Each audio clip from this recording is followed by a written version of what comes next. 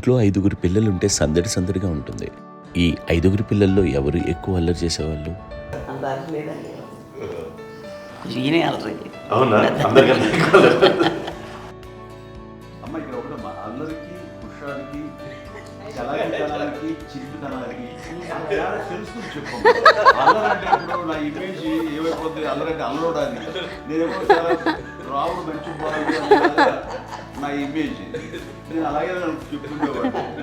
నా ఉద్దేశం నువ్వేమో అల్లరి అంతే అంటే చలాకి తనం అల్లరి లేదండి, ఎక్కువ హుషారు కానీ చాలా బాగుండేవాడు అబ్బాయి. ఇంట్లో పనులన్నీ మీకు సాయంగా ఉంటారు? అవునండి, వాడే చేసేవాడు. ఇంట్లో ఎవరు ముట్టుకునేవాడు కాదు, మా నాగబాబు అస్సలు ముట్టుకునేవాడు కాదు. అన్నిటికీ నాకు ఆయన సహాయమే పాపం. నాన్న ఆయన ఉద్యోగాన్ని వెళ్ళిపోయారు. నేను పాక్కుంటూ అలాగా వెళుతూ వెళ్ళిపోయాను, నాకు తెలియదు. తర్వాత అమ్మ చెప్తుంటే లేలుగా మాత్రం కొన్ని గుర్తు 2 పూట్ల ఉండాలండి. మరి నాగబాబు పాపం ఏముంది, తిన్నట్టు ఇష్టం, మరి అన్ని రకాలుగా నాన్న కోసం చేసి పెడుతుంటే మరి తను ఇష్టపడక ఆ తర్వాత లేకపోతే కోపడక ఎలా ఉంటాడు చెప్పండి. మీ అమ్మగారు మీ అక్క చెల్లెళ్ళకి ఇచ్చిన సలహా ఏంటి? అంటే ఇండిపెండెంట్గా ఉండమంటారు అమ్మ, ఎవరిని డిపెండ్ అవ్వద్దు, నీ పిల్లలు నువ్వే జాగ్రత్తగా నేర్చుకో, ఎవరినైనా చేయకు, ఇండిపెండెంట్గా పెట్టద్దు అని ఆవిడ మాకు బాగా ఎప్పుడు ఎక్కువ చెప్పిండేది. అంటే నాకు కొంచెం టఫ్ టైమ్స్లో కూడా ఆమె నీ పాటి నువ్వే ఉండాలి, ఎవరి దగ్గర ఉండదు, ఎవరి ఇంట్లో ఉండదు, మా దగ్గర కూడా ఉండదు, నీ ఇద్దరు పెట్టినట్టుగా నువ్వే ఉండాలి. అది కష్టం కదండి అట్లా చెప్పడం? చెప్పాను, చాలా తక్కువ చెప్పాను, బట్ నాకు అదే ఇచ్చే ధైర్యం. ఇండిపెండెంట్గా అట్లా ఒకరి దగ్గర ఉండదు, నీ గౌరవం తగ్గిపోతుంది, ఎక్కడ ఉండదు. అది చాలా నాకు చాలా ఇన్స్పైరింగ్ ఉండేది అన్నమాట. అది ఇప్పుడు కూడా అది చాలా హ్యాపీగా అనిపిస్తుంది అని చెప్పింది. అంతే కదా, ఇప్పుడు మాకు ఏదైనా రోగాలు వస్తే ఫేస్ చేస్తాము, దాన్ని బాధపడుతుంది మనమే. బట్ తగ్గించేవాళ్ళు, కన్సర్న్ చూపించే డాక్టర్స్ ఒట్టుపక్కల తిత్తలు కింద ఉండొచ్చు, కానీ పోరాడాల్సింది మనమే. నాకు సార్ కొంచెం ఏదో ఒక డిప్రెస్డ్ ఇదేదో వస్తే ఫేజ్ ఒకటి, నేనేదో ఇంకా మా అందరి నుంచి నేనేదో సపరేట్ అయిపోయినట్టు ఒక సిచ్యువేషన్ వచ్చినప్పుడు అమ్మ నన్ను పట్టుకుని said I'm there for your yes, ఎవరు నో అన్న ఎస్ అన్న ఫ్రెండ్స్ కానీ ఎవరైనా సరే ఎప్పుడు కూడా అలోన్గా మటుకు అనుకోకు, నేను నాని. ఆవిడ నన్ను పట్టుకొని ఇచ్చిన అఫెక్షన్ లేదా ఫీలింగ్ బలం అన్నమాట. ఇంకా ఏమైనా చేయగలను నేను, పర్లేదు ఇంట్లో ఏదైనా సాధించగలను అని ఒక భరోసా తల్లి దగ్గర నుంచి రావడం అనేది నాకు ఎవరు అవసరం లేదు అనిపించింది. అంత స్ట్రాంగ్గా ఆవిడ అంత స్ట్రాంగ్ చేసింది నాన్న అని చెప్పండి. మా పిల్లల విషయంలో మేము కూడా మేబీ అంత స్ట్రాంగ్ కాదేమో, సెన్సిటివ్గా ఉంటాం, కానీ అమ్మ మటుకు చాలా స్ట్రాంగ్గా ఉండి మమ్మల్ని కఠినంగా ఇలాగే ఉండాల్సింది, ఇలా ఉండండి అప్పుడే మీరు నేర్చుకుంటారు. ఇక్కడ అమ్మ పాజిటివ్నెస్ గురించి ఒక మాట చెప్పాలి. అంటే తన బిడ్డలకే కాదు, ఈ రోజున మా రెండో పాప శ్రీజ కూడా తనకి లైఫ్ చిన్న డిస్టర్బెన్స్ వచ్చింది. ఆ టైంలో కూడా తను ఏముందంటే అప్పుడు నాన్నమ్మ దగ్గరికి వెళ్ళాను, తను ఇచ్చిన భరోసా, తను ఇచ్చిన మాట వెళ్ళలేని ధైర్యం వచ్చింది నాకు కూడా. నాన్నమ్మ దగ్గర ఎప్పుడు కూర్చోస్తాడు అప్పుడే పాజిటివ్ ఫీలింగ్ వస్తుందని నాతో షేర్ చేసుకుంటాను. తనకు నాతో చెప్తుంటే అనిపిస్తుంది కరెక్ట్గా, అమ్మ ఏం పర్లేదమ్మా, లైఫ్ అంటే ఒకరితోనే అయిపోదు, ఆ ఒక్కరి వల్ల వాళ్ళ ఇన్ఫ్లుయెన్స్ తోటో వాళ్ళు మన మీద నియంత్రించడం కానీ మన బాధల్ని వాళ్ళు చేయడం అవుతారు. జస్ట్ నువ్వు నీ గురించి నీ మనసులో ఏదనిపిస్తే గుడ్ ఫీల్ ఏది వస్తుందో ఆ ఫీల్ ప్రకారం వెళ్ళిపోదు. చెయ్యమండి, అది చెయ్యమండి. సో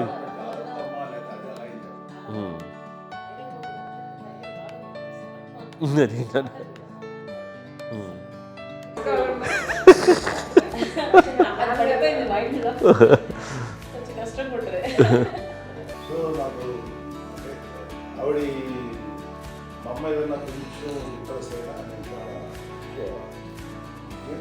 షేర్ చేసుకుంటే అన్నయ్య కూడా అన్నయ్య ఉన్నప్పుడు ఓకే, నేను ఎక్కువ ఫస్ట్ మా అమ్మ దగ్గర నుంచి హక్ అండి. ఈరోజు కూడా మా అమ్మ నాకు చేసుకుంటే అంటే అది నాకు మా అందరిలోనూ, అంటే ఆవిడ పెద్ద చదువుకున్న వ్యక్తి కాదు, పెద్దగా బయటికి వెళ్ళి ఎక్స్పోజర్. కానీ చెప్పాలంటే మీ అందరికీ ఆవిడ ఒక వైఫై లాంటిది, అంతే కదా. Which connects everybody around.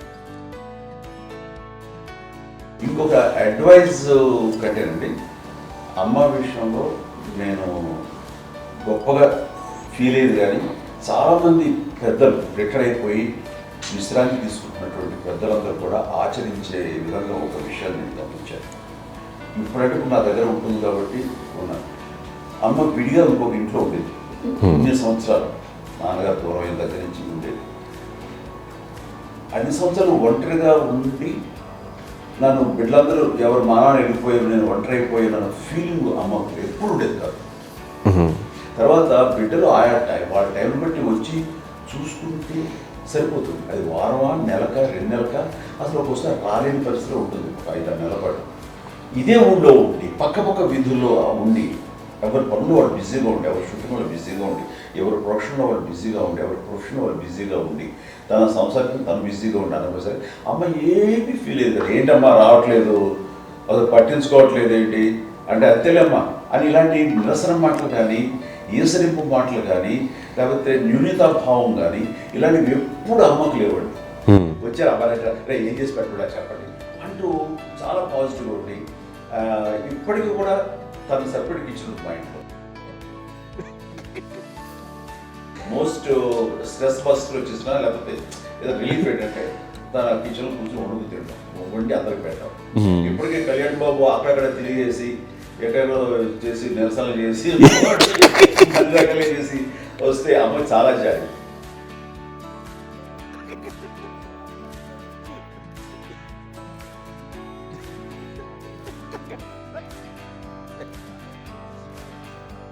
అని అమ్మ ఎక్కడ కళ్యాణ్ బాబు అంటే ముందు అమ్మన్నారు కానీ ఎక్కడ కళ్యాణ్ బాబు తను ఎక్కడ ఉంటాడో ఏముంటాడో తెలుసు. అది తెలిసిన తర్వాత ఎక్కడ తను వాడికి ఇష్టమైన బిర్యానీ అవి చేసి చక్కగా పంపించి అన్నీ చేస్తుంది. అట్లాగా బిడ్డలకి పెట్టడమే తప్ప బిడ్డల నుంచి ఈ వయసులో ఎక్స్పెక్ట్ చేయడం లేకపోగా కొంచెం పట్టించుకోవట్లేదు అనే ఒక న్యూనత భావంలోకి వెళ్ళిపోయి సైకలాజికల్ డిప్రెస్ అయ్యే మదర్ మాత్రం కాదు. ఆ రకంగా మాకందరికీ భరోసా. మేము కూడా పెద్ద అయినా బిడ్డలు వాళ్ళ ప్రవృత్తి ఉద్యోగ రీత్యా వాళ్ళ రీత్యా వాళ్ళు దూరం అయిపోయి మనల్ని చాలా కమ్యూనికేషన్ గ్యాప్ వచ్చినా సరే బిడ్డలు నాకు దూరం అయిపోయి పట్టించుకోవట్లేదు. ఇలాగే చూసేవా బిడ్డని ఎంత ఇదిగా ఒరేయేవాళ్ళు వీళ్ళ గురించి ఇప్పుడు ఏమైపోయానో అని ఇంత కొంచెం బాధపడలేదు వాళ్ళకి అంటూ నెగిటివ్ సైడ్ ఆలోచించే విధానం లేనే లేదు. అది మా అందరికి ఎంత కంఫర్టబుల్ అంటే అంత అయితే కదా.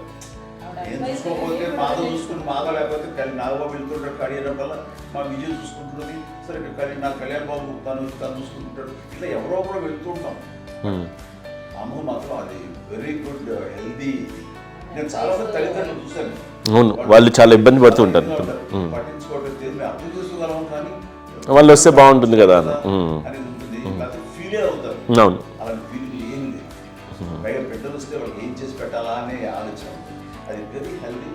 చాలా మంది ఆచరించాల్సిన గొప్ప విషయం. చిన్నప్పుడు అన్ని ఆనందాలేనా, మర్చిపోలేని దుఃఖాలు కూడా ఏవైనా ఉన్నాయా? అమ్మ చెప్పాలంటే ఓపికకి, గృహిణిగా తన బాధ్యతలు నిర్వర్తించడానికి అండ్ అన్ని రకాలుగా టేకింగ్ కేర్, దీనికి ఒక మంచి ఉదాహరణ నేను చెప్పగలను. అది తలుచుకున్నప్పుడు నాకు చాలా ఉద్యోగం ఉంటుంది, నాకు చాలా ఖండితలు వచ్చేస్తుంది. అమ్మకి మేము 5 బిడ్డలు అండ్ పురిట్లోనూ 1 year పెరుగో 2.5 years పెరుగో 3 బిడ్డలు చనిపోయారు. నాకు గుర్తెరిగి పొన్నూరులో నేను 6th class చదువుతున్నాను, 6వ తరగతి. అప్పుడు రమణ అనే ఒక అమ్మాయికి 2 years. రమణ అంటే మా ముగ్గురికి కంటే పెద్దది, మాధవ్ కంటే పెద్దది, కళ్యాణ్ బాబు కంటే పెద్దది, మాకంటే మధ్యలో పెద్ద. తనకి అప్పట్లో మా నాన్నగారు ఉద్యోగరీత్యా క్యాంపుకి వెళ్ళిపోతుండేవారు. ఏమీ ఉండేది నాన్న చెప్పాలంటే ఫుడ్లా కష్టపడేవారు. నాన్న చెప్పినాడు కదా, నాగబాబు చెప్పినట్టు. కానీ ఇంటి బాధ్యత, ఇంటి పనులు, రోగాలు వచ్చినా రుచులు వచ్చినా హాస్పిటల్కి తీసుకెళ్ళాలన్నా ఏదైనా సరే అమ్మే పడేది. ఆ శ్రమ తీసుకున్న టైంలో అమ్మకి అసిస్టెంట్కి నేను సహాయపడుతుండేవాడు. నాకు ఫ్రెండ్స్ అది నిజంగా ఎప్పుడు నాకు గుర్తేది, నాకు తెలియదు, నాకు లేదు ఫ్రెండ్స్తో తిరగడాలి సేపు అమ్మపడుతూ ఉండేవాడు. అలాంటి నేను ఆ పిల్లకి బ్రెయిన్ ఫ్యూర్ వచ్చింది. ప్రభుత్వ ఆసుపత్రి పొన్నూరులో ఆ పిల్లని చేర్పించినప్పుడు 2-3 days అయిన తర్వాత ఒక బ్యాడ్ న్యూస్ వినాల్సి వచ్చింది. తెల్లారికి కాన్షియస్ లేదు, పోయింది. ఏం చేయాలో తెలియదు. అమ్మ వయసు చిన్నది. ఇద్దరు తీసుకుని ఆ బిడ్డను నేను ఒళ్ళో పెట్టుకుని శవాన్ని, డెడ్ బాడీని రిక్షాలో ఇంటికి ఇప్పటికీ నాకు గుర్తు. అవునా? ఇంత కష్టపడ్డా, గుడ్లా కష్టపడ్డా, వాడంటే మాత్రం మహాప్రేమ.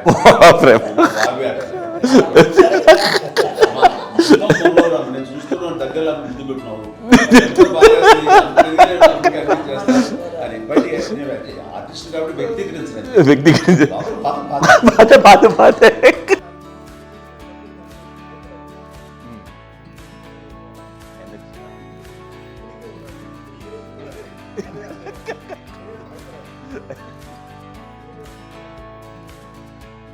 స్టేబుల్ గా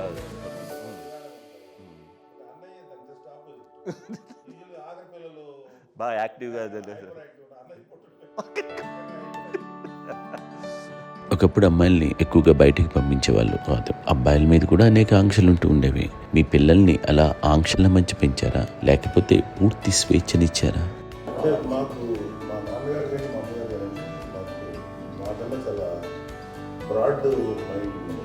ఎందుకంటే పిల్లలకు బయటకు మేమైతే మా వదిలే కానీ మా చిన్న పిల్లలు అన్నయ్య నేను అందరం కూడా ఇవాళ ఉన్న పరిస్థితి.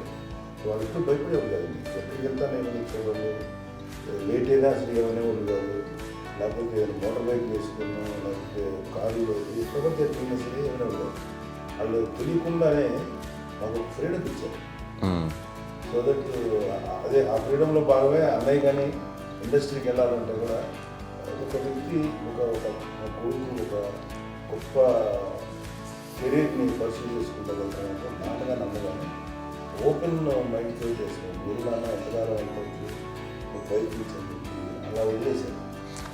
అన్నయ్య కూడా ఎందుకు రెస్పాన్సిబుల్గా ఉండి చాలా మేజర్ అమౌంట్ అన్నయ్యకి కూడా పెద్దవు అమౌంట్ వందలు వచ్చేది కాదు. కరెక్ట్గా ఆ ఇన్స్టిట్యూట్లో చదువుకునేటప్పుడు ఎంత ఇవ్వాలో కరెక్ట్గా ఇచ్చేది.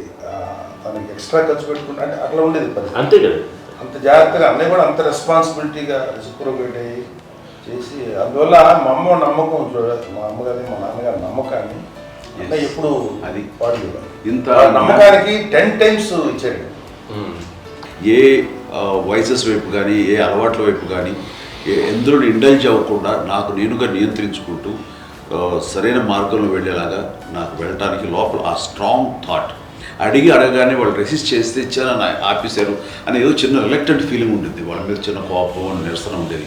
వాళ్ళు అలా లేకపోవడానికి వాళ్ళు వెంటనే అడిగిన వెంటనే జాగ్రత్త అనే నిర్ణయం అనేది, కానీ జాగ్రత్త అని హెచ్చరిక చేయడంతో నాకు మరింత బాధ్యత తిరిగి, గుర్తు తిరిగి నేను నడుచుకుంటూ వెళ్ళాను. కాబట్టి అది నాకు ప్లస్ అయింది వాళ్ళ దగ్గర. అంటే మదర్ అంటే తల్లి అనే కాదు, మదర్ ఫిగర్ ఎవరిచ్చినా సరే అది నానైనా తల్లితో సమానం అనుకుంటాను నేను. నాగో చెప్పినట్లుగా అట్లాగా అలిసిపోయి వచ్చిన నాకు కాళ్ళు నొక్కుతుంటే నాకు భయం వేసేసేది. ఆ తర్వాత పడుకో గలవాయించేవాడు, అది కూడా కోపం. అంటే ఉదాహరణ అంటే మళ్ళీ అది నాకు తిడతారు, ఎందుకు కాలు పడుకుని ఎక్కడ నిద్ర వస్తుంది నాన్న అంటే. సో ఆ రకంగా నాన్న తన ప్రేమను చూపిస్తుంటాను. ఆ తర్వాత గోండా టైంలో కూడాను నేను ట్రైన్ కింద వెళ్తున్న టైంలో నాన్న అక్కడే ఉన్నారు, రాజమండ్రి దగ్గర ప్రాంతం. ఆయన చాలా కోపం చేసింది, ఇలాంటి చేస్తుంటావు నువ్వు, ఏదైనా అయితే ఏంటి అది అని చెప్పి. ఏం పర్లేదన్నా, ఏమవుతుందా, అన్ని రకాల సేఫ్టీ, అన్ని రకాల జాగ్రత్తలు చూసుకున్నాం. ఈ రోజు ఉన్నది సేఫ్టీ అప్పుడు లేదు. అయినా సరే రేపు పొద్దున నీ కొడుకులు ఇలాంటి పరిస్థితుల్లో నీకు తెలిసి వస్తారు అప్పుడు అనేవాడు. ఎన్నిసార్లు ఆ మాట అనేవాడు. నాకు నిజంగానే మగధీర టైంలో గుర్రం ఎక్కుని ఆ రోడ్డు మీద పడిపోయాడు అని అన్నప్పుడు నాకు ఆ ఫస్ట్ టైం ఆ ఫీలింగ్ కలిగింది. అలాగే పీటర్ హెయిన్స్ అనేవాడు ఫస్ట్ మగధీరలో జంప్ చేస్తారు, మోటార్ బైక్ జంప్ చేసినప్పుడు ట్రైల్లో పీటర్ హెయిన్స్ అంత హైట్ నుంచి 20 feet 25 feet హైట్ నుంచి పడిపోయి మొత్తాన్ని బోన్స్ని ఎరగొట్టుకుని వాడు 7 నెలల పాటు వాడు ఇప్పుడు హాస్పిటలైజ్ అయ్యాడు. అది వీడైతే ఏ ఊరు తలుచుకుని భయం వేసేసేది. అప్పుడు నాన్న గుర్తుకు వచ్చేవాడు, ఓహో వాళ్ళ టెన్షన్ ఇంతే లేవు, మనకి మన కొడుకు సైడ్ తెలియదు, ఈ మాట నాన్న ఎప్పుడూ అన్నారని అనిపిస్తుంది. Sweet memories my. అత్త కోడళ్ళ మధ్య అనుబంధం ఎలా ఉంటుంది? సురేఖ్ గారితో మీకున్న అనుబంధం గురించి చెప్తారా? మాకండి కోడలు కాదండి, నా కూతురండి. అంత ఒక అందమైన ఉమ్మడి కుటుంబం, అందరూ కలిసి ఉంటారు. ఇంత ఆనందంగా ఉండడానికి కారణం ఏంటి? దీనికి పునాది ఎవరే వేశారు? మా నాన్నగారి క్వాలిటీ నేను ఎగ్జాంపుల్ చెప్పగలను. అమ్మ వాళ్ళ ఇంట్లో పెద్దది. వాళ్ళ నాన్నగారు అంటే మా తాతయ్య గారు ప్రొహిబిషన్ డిపార్ట్మెంట్లో సిఐ గారు ఎస్ఐ గారు చేశారు. ఏదో మా ఇన్స్పెక్టర్ ఆయన సిఐ చేసి ఆయన కాలం చెందారు. చాలా ఎర్లీగా 48 ఇయర్స్లో చచ్చిపోయారు. 40 దాదాపు 40 సరిపోతే ఆయనకి అప్పటికి అమ్మ కాకుండా 4 బిడ్డలు. అమ్మ తర్వాత అబ్బాయి తర్వాత 3 ఆడపిల్లలు. వాళ్ళు ఏంటంటే రాకరావడి నాగబాబు కంటే కూడా చిన్నవాడు. అది ఆ వయసు అంత చిన్నవాడు. అమ్మ మా పిన్నమ్మలు మాకంటే చిన్నవాడు. అలాంటి పిన్నమ్మల్ని ఆయన వీళ్ళ నాగ చనిపోయిన తర్వాత తన ఫ్యామిలీ అంతగా నాన్న పెంచారండి. నాన్న కూడా అరాకురా శాలరీ మీద బతికేదే తప్ప కూడా కాదు. సో తనకు మిగిలిన దాంట్లో మళ్ళీ ఆ ఫ్యామిలీని చూసుకోవటం, మా అమ్మమ్మలను చూసుకోవటం, వాళ్ళ మంచి చెడు చూసుకోవటం. వాళ్ళకు ఇల్లు మాత్రం ఉంది మొగల్తూరులో. ఆ ఇంట్లో వాళ్ళు అద్దెకు వస్తే ఆ కొంచెం డబ్బు నానిచ్చే డబ్బు, అక్కడ పొలం కొనిచ్చారు. ఆ పొలం మీద వచ్చే డబ్బుతోటి అంతా బాగా చూసుకోరు తన ఫ్యామిలీ లాగా వాళ్ళు. కాబట్టి నాన్న ఫస్ట్ సూత్రధారి. అమ్మ కూడా ఫ్యామిలీ బాండింగ్ టుగెదర్నెస్ అనేది స్ట్రాంగ్గా ఉండటానికి నాన్న ఏర్పాటు చేసినటువంటి బీజం అది అమ్మ కంటిన్యూ చేస్తుంది. మేము ఇవన్నీ చూసి మేము నేర్చుకుని మేము టుగెదర్ అంటున్నాను. అందునే we are very rich in terms of emotional bonding. ఎవరికి ఏ కష్టం వచ్చినా, ఎవరికి ఏది ఇబ్బంది వచ్చినా సరే మొత్తం అందరం గుమిగూడిపోతాం. ఏ లెవెల్గా వెళ్ళిపోయి మోర్ సపోర్ట్ చేస్తాం. అంటే వీ డోంట్ ఎక్స్పెక్ట్ ఇంకే అంతకుమించి ఏముంది. ఎస్ ఒకరినొకరు భరోసా. అది మా ఫ్యామిలీ మేము వెరీ స్ట్రాంగ్ అని చెప్పాలి. పెద్దవాడు కాబట్టి అవకాశం నాకు వచ్చింది కాబట్టి అమ్మ ఇది ఎప్పుడు ఎవరు కొన్ని విషయాలు నాగబాబు సపోర్ట్గా ఉంటాడు. నాగబాబు ఉండి వాడు ఉంటే భరోసా. అలాగే ఆడపిల్లలు. మీ అందరిలోనూ అమ్మని ఎవరు ఎక్కువ జాగ్రత్తగా చూసుకుంటారు? ఎందుకంటే మేము కూడా గమనించలేని సున్నితమైనటువంటి ఇష్యూస్ లైక్ హెల్త్ విషయం కానీ, అమ్మ మూడు కానీ, అన్నయ్య ఎంత క్యాజువల్ ఎంత బిజీగా ఉన్నా ఒక అమ్మాయి ఉంటుంది. అలాగే చాలా చిన్న చిన్న విషయాలు కూడా చాలా మెడికల్ ఇంట్రెస్ట్. అందుకని మాకు అన్నయ్య ఉన్నాడు, అన్నయ్య దగ్గర ఉంది అమ్మ అంటే ఇంకా ఎక్కువ రిలాక్స్ అయ్యాను. అన్న దగ్గరికి వచ్చాక మేము అందరం చాలా కంఫర్ట్ అయిపోయాం. ఎప్పుడు ఎవరు కొన్ని విషయాలు నాగబాబు సపోర్ట్గా ఉంటాడు. నాగబాబు ఉండి వాడు ఉంటే భరోసా. అలాగే ఆడపిల్లలు ఇట్లా ఒకళ్ళొకళ్ళు అండి. కాంప్లిమెంటింగ్ టు ఈచ్ అదర్ అండి. అవి ఒక్కరు కాదండి. అది వాళ్ళు ఆమె చూపించే ప్రేమగా నేను చెప్పగలను. కానీ బట్ దీని అందరూ సూత్రధారి నాన్న తర్వాత అది అమ్మ మెయింటైన్ చేస్తారు. ఇప్పుడు అమ్మ నా ఇంట్లో ఉంది అంటే మనవలు వస్తారు, మనవరాళ్ళు వస్తారు, ఆడబిడ్డలు వస్తారు, వెల్లిబిడ్డలు వస్తారు. ఇల్లు ఎప్పుడు కలకలాడతారు అమ్మ. అది మేమందరం ఆచరిస్తున్నాం పండగకి, పబ్బాలకి. అది నిన్న మొన్న నాగబాబు వచ్చి చాలాసేపు కూర్చున్నాడు. నేను ఇంట్లో లేకపోయినా వచ్చి నాగబాబు కూర్చొని టైం స్పెండ్ చేసి వెళ్ళిపోతుంటాడు. అలాగే చెల్లెలు ఇద్దరు ఆల్మోస్ట్ ఎవ్రీడే మాత వస్తుంటుంది, తను కూడా వస్తుంది. నిన్న సాయంత్రం కూడా వచ్చి ఉంటుంది. మధ్యాహ్నం వచ్చి కదా వచ్చి ఇక్కడే భోజనం చేసుకుని అలా ఉంటుందండి. ఈ తరం వాళ్ళకి మీరు ఇచ్చే సలహా ఏంటి?